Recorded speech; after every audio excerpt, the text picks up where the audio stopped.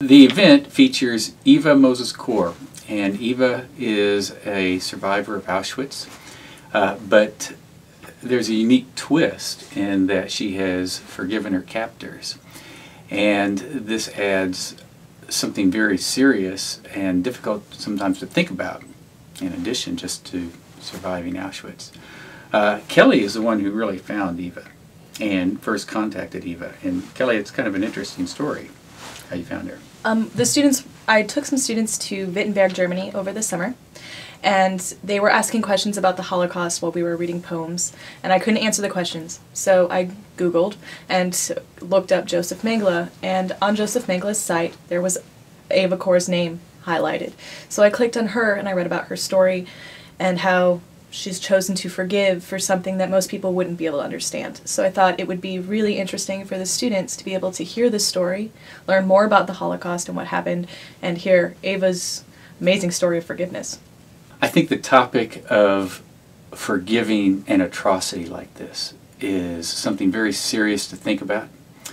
There have been a number of books that came out in the last year. Unbroken by Laura Hillebrand is one that comes to mind.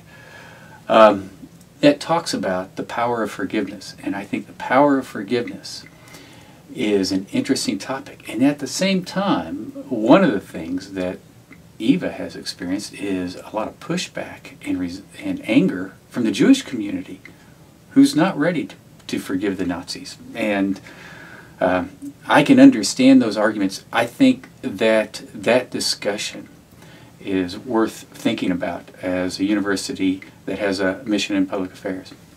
One of the interesting things that Kelly and I have experienced as we've worked with Eva in setting up this event is just how spunky she is.